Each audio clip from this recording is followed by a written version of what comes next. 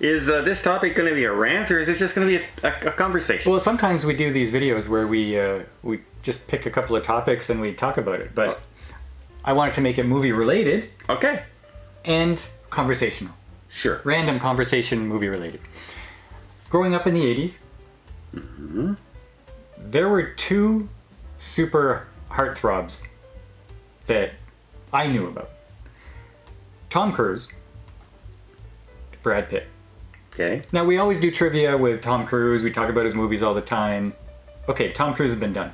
We never talk about Brad Pitt. And as I get older and he gets older, I'm enjoying his movies a lot more. Like Bullet Train, recently, that was good. Oh, I enjoy him as an actor, for sure. Yeah. So, I was reading this biography article about Brad Pitt, and I said, okay, we'll tell you what. We're going to let him guide our conversation. Okay. All right. So.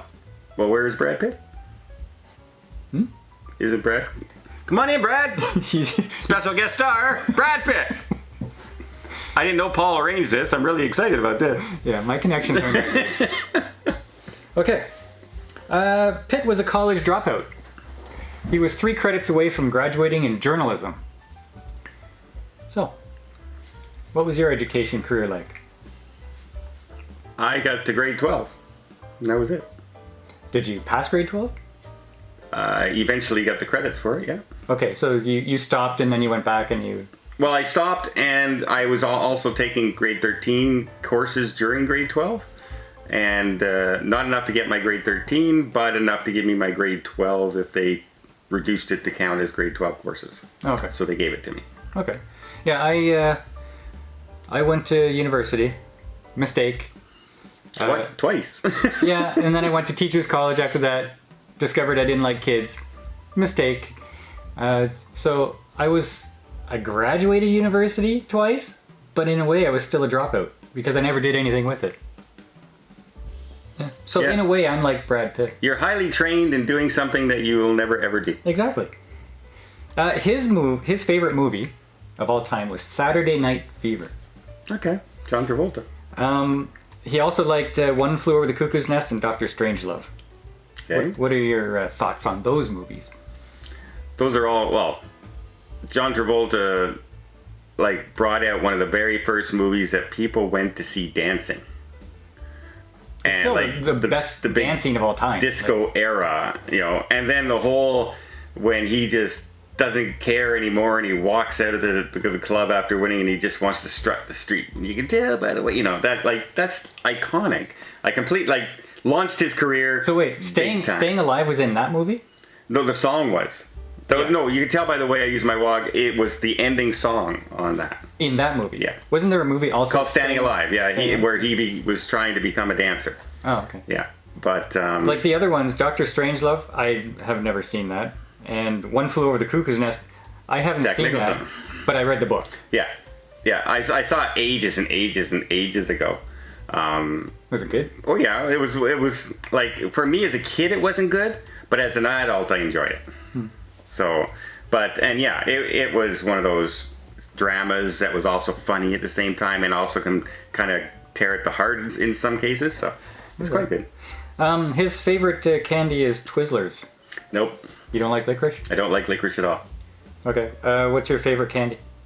Not chocolate. Candy. Like a candy? Candy. I like butterscotch, so Werther's, something like that. I'm a butterscotch guy. Grandpa? Yep.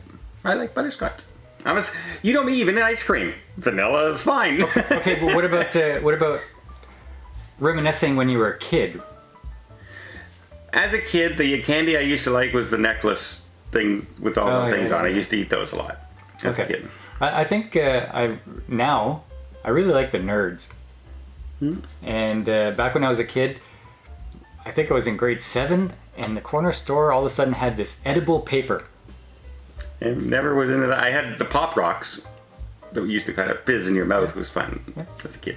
Okay. The cartoon that made him cry was How to Train Your Dragon. No. Did you like How to Train Your Dragon? Yeah. Didn't make me cry. Apparently the ending is sad. Is it? I can't remember it, so... they all get together and There's probably something. the dragons come to the back to the camp and they all start getting along. I don't, you know, compare that to Bambi, where the mother gets killed and Bambi, mommy, come on. There's no comparison. Like every Disney movie, a parent dies as you were growing But up, right? what movie strikes you as the sad one? Old Yeller. Cartoon. The sad one? Yeah, I didn't, like, as a kid, you don't remember the sad stuff too much from cartoons. You remember the happiness, the music, I think all that kind I of think I stuff. remember being sad with The Fox and the Hound. I can't remember why, but I don't remember too many animated movies as a kid that I thought were sad. okay, was The Fox and the Hound sad? Now, live action, Old Yeller. Old Yeller destroyed me. To this day, I will not watch it. Brad Pitt didn't want to do Mr. and Mrs. Smith, that movie, because originally it was going to be Nicole Kidman, and he said he didn't have any chemistry with her. But then they switched her out with Angelina Jolie, and the rest is history. What's your favorite Kidman movie? Your favorite Angelina Jolie movie? Favorite Kidman movie? Probably The Interpreter for her, where she plays a UN interpreter. And Angelina Jolie movie would probably be Mr. and Mrs. Smith. Yeah. Yeah.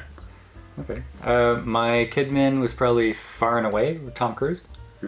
And Mr. and Mrs. Smith was good, but I always go back to Salt for Jolie.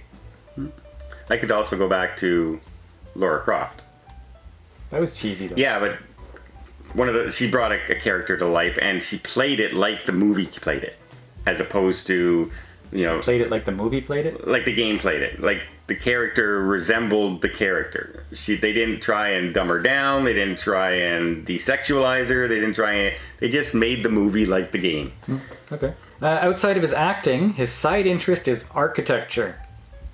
He did a do-it-yourself reno of his wine cellar that got him an internship at a pretty elite architecture firm. Do you like wine? Not a big fan of wine. No? Not a big drinker anyway. I don't see the appeal to it. It just tastes like sour to me. Yeah, see, and people are like that with beer. Like, I don't drink beer. I never grew up with it, never get into it. Okay, so what's your drink? What's your alcoholic drink? It used to be a Tom Collins. Used to be a Tom Collins because it felt like it was a grown-up drink when I'd go to a bar and then Tom Collins, oh, he knows what he's doing. Now it can be, if I'm on a Princess Cruise, it's a dirty banana. It's like a chocolate drink. I know, right? I wish Mark was here. I know, right? But if I just out with people and everything, it's going to be a simple rum and coke. Simple as that. Okay, but mine is a Ryan Coke. There you go. Yeah. Pitt is reportedly distantly related to an American president. Which one?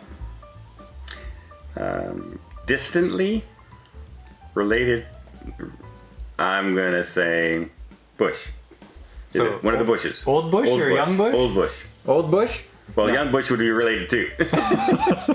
He's the ninth cousin of Barack Obama. Oh, okay. I think I read that somewhere too, actually. Did you ever like Barack Obama? I didn't dislike him. I didn't, I thought he was fine. He was a good politician as far as speaking is concerned and everything like that. Did I agree with everything he did? No. Did I disagree with everything he did? No. Like, he's like most politicians. I don't judge anybody by anything except what they do. So if I didn't like their decision that they were going down, I don't like that. But if he was doing something that I thought was good, like he tried to bring in some more universal health care and stuff like that, I appreciated what he was trying to do. Did he do it the proper way? I don't know. I'm not an American. I don't know. I didn't live through it. But I know some people right now that pay like $2,000 a month for insurance, and it's not very good health insurance. And I live in Canada, and I think I have the best care ever, through all my treatments for free. So, politicians to me I only go by what they're doing at the time. I don't listen to all the outside voices when I'm talking politicians. I was an Obama super fan. Like I thought I was living through the time of the greatest American president ever. He's just so charismatic. Everything he said made sense to me. The way he framed it, He knows what he's I talking told you about. he's a good politician. He's doing a great job. Now, that was back when I used to watch the news all the time. And, of course, we know what the news is now. So my opinions have drastically changed, but I was at one time an Obama superfan. He started out, Brad Pitt, remember we're talking about Brad Pitt. He started out in television soap operas. First he was on Another World, and then 4 episodes of Dallas. Did you ever watch soap operas? I had to. I was married. So, yes. Which ones? She watched Young and the Restless. And we had to watch it. And I remember, I went away once for like 2 months on a job. And I came back. And we started watching that show again. And nothing had changed. One day had passed. Yeah. Like the girl who went in for her pregnancy to have birth was still in the hospital having birth 2 months later. Like I just and I hated watching it, to be honest. I hated watching it. Yeah, at our place, because I'm married, it was Days of Our Lives and Young and the Restless. Yeah. And although I didn't watch it with her, it was always on. And so I know all the names, I know all the actors, and the funny thing is, like, most of them are still there. Yeah. It was like 25 years ago. Here comes Victor Newman. Yeah, yeah. Okay, Brad Pitt was with Jennifer Aniston for 7 years, married for 5 of them. And she was obviously famous for Friends. Mm-hmm. Which was better, Seinfeld or Friends? I'm going to say Seinfeld. Because I will rewatch Seinfeld more than I rewatch Friends. And I can watch Friends now and I'm going, oh yeah. Yeah. But when I watch Seinfeld, I still belly laugh. Yeah. So it's obviously a different kind of humor. Yeah. And I think Seinfeld is edgier in a way. Like Friends, I guess, can say edgy things, but they say it in a very vanilla way to appeal to everybody. Yeah, and very soap opera. Not like, it's kind of more of a soap opera series where it kind of runs into the next show a little bit a lot of times. Like they'll reference a lot of their old shows a lot. Like when the dating and all this between Rachel and Ross. Did Seinfeld never mention the Marble Rye? Well, they do, but when they do, it'll be like through 3 years later. They'll come up and they'll say, this and that, and it's such a reference. You remember it so badly that you laugh your head off. Yeah. Okay. Pitt was encouraged by Angelina Jolie to get his pilot's license. I remember you were extremely uncomfortable with flying. Yes. Have you gotten less uncomfortable? Well, I'll tell you. I'm going to stick my nose in the air here. When the pandemic hit and I had to start flying for my job afterwards, I started flying business class so I would not have too many people around me and all that, so less chance of catching COVID to get to my destination and that. It's far easier to fly in business class because you're not squeezed in between 3 people, you have more space. If you're in the business class with the lie down seats, you have a whole pod by yourself with a big TV, you feel more in your room. It's quieter. It's a lot less disturbing and anxiety driving. But have you ever been on a flight where you thought for sure this thing was going to go down? I've been on shaky planes, yeah, but I've never thought I'm going down. I've been on planes where I thought we'd never get off the ground. Like they would start up down the runway at full tilt and pull over to the side and say, we just had a warning light come on our engines and we're going to check it out. Thank you. And we're about to fly over the ocean to Europe. And sure enough. And then when we're starting up again, they wait 5 minutes. Okay, I guess we're good to go because he could rev the engine on the ground for 5 seconds. So, and then we took off across Europe. That was the most nerve-wracking flight as far as taking off is concerned I've ever done. I had one European flight where my plane was broken, and so they put us in an old Russian plane and like... You had chickens on the flight. I swear there were chickens, no seat belts, there's gum stuck everywhere. The plane was going like this in the air. And I like when we were taking off, like it didn't have enough speed to get in the air, but somehow we got in the air. But the chickens. But the flight I detested was I took this very, very small plane from my hometown to Toronto, which is a 6-hour drive. And I was green. Like you know how you're sweating and you're trying so bad you can't even fit in your own skin, and you feel like you're going to throw up, and you're trying not to because that would be gross for everybody else on the plane. It was torture for those 2 or 3 hours that we're in the air. It was just... When I first started flying, we're taking off, it used to be like, are we in the air yet? And I'd wait for the seatbelt sign to go on by the sound. As soon as it would, then I'd open my eyes. Now I can just sit there. But I'm in the air like 3 times a month almost, right? Yeah, so it's got to be second nature now. It's becoming that.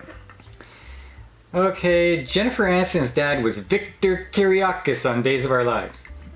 Victor! He was of Greek ancestry, so Brad learned Greek. Other than French, because you're Canadian, you obviously know a few words of French. Your wife used to be French. ¿Cómo está? I know a little bit of Spanish. Well, that's my question. What other language do you know the most words in? I'm starting to learn quite a bit of Spanish. Like I can order a meal in Spanish now in some places. I can tell them what kind of room I want in my hotel room. So I'm starting to learn a little bit of Spanish. I really wish I had an Asian dialect, like that I could talk. Like Japanese, Chinese, something like that. Because I watch a lot of those shows. South Korean shows and stuff like that. I would love to know enough to get by and understand it without the subtitles. Mm-hmm. That would be the language I would really like to know. Okay. Back between university and teachers college, I taught English in Korea. And I knew a few words. There's no way I could speak the language. But I learned how to read. Mm. Like you put all those symbols on a page, I could read you what it said. But I didn't know what it said. I didn't know the meaning of what I was reading. But other than that, my wife is Bulgarian, so maybe a few words of Bulgarian. Yes, whenever he wants to suck up, he was learning. No, I had a book. I was trying to learn it, but I'm not that smart. So, okay, this is the last one. Just a conclusion. What are your 3 favorite Brad Pitt movies? Wow, there's so many out there. Okay, Mr. and Mrs. Smith. Really enjoyed. I enjoyed World War Z. Mm-hmm. And I also like Meet Joe Black. I really enjoyed him as... That was a slower one. It is, but like a drama film, I really enjoyed him in that. Who was the other actor in there? Was it Anthony Hopkins? Anthony Hopkins was the dad, yeah. So, like, you're talking top tier acting in that movie, right? So I enjoyed that movie. Yeah, okay. A lot. There's tons of, like, Bullet Train is another new one that just came out. Really excellent movie. Interview with a Vampire. You can go all the way back. Interview with a Vampire was a terrible movie. And in university, I was a huge Anne Rice fan. Read all of her Interview with a Vampire novels, and I saw that movie and I said, oh my God. Tom Cruise and Brad Pitt. Yeah. And we didn't like the movie too much. No, it was terrible. I guess my favorite movies would be Bullet Train, Seven, and Troy. Yeah. With 2 honorable mentions, Mr. and Mrs. Smith. And I really enjoyed him in Once Upon a Time in Hollywood. Yeah. It's just, I didn't like the movie. I didn't enjoy the movie. It was too long. Yeah, it was long. There was kind of like no point to anything, but I enjoyed Brad Pitt's role in the movie. Which I normally do. I like, what's her name just came out with that movie, Sandra Bullock, where he takes on he has a cameo role and he just goes and rescues and dies. But he's in it for like, he was the best part of the movie. 5 minutes, yeah. Yeah. So yeah, like as he's gotten older, I've really appreciated his style, and when he comes out with a movie now, I want to see him. He's becoming one of those, I want to see his movies now. Mm-hmm. Yeah. So. Okay, so thanks Brad Pitt for guiding our conversation.